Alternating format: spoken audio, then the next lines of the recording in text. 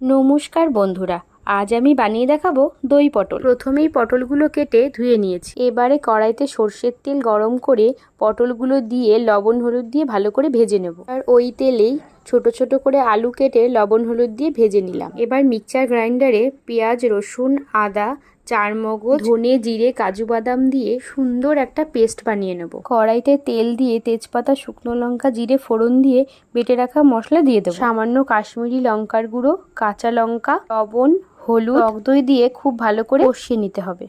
যখন মশলা থেকে এরকম তেল ছেড়ে আসবে তখন পটল আর আলুগুলো দিয়ে সামান্য একটু জল দিয়ে 5 মিনিট মতন ফুটিয়ে নিয়ে গরম মশলা গুঁড়ো দিয়ে নামিয়ে নিলেই তৈরি হয়ে গেল দই পটল। আমি রেসিপিটি খুব সহজভাবেই দেখানোর চেষ্টা করেছি। রেসিপিটি সহজ হলেও খেতে কিন্তু অসাধারণ লাগে। আপনারা বাড়িতে একবার হলেও ট্রাই করে দেখবেন, আশা করি ভালো লাগবে।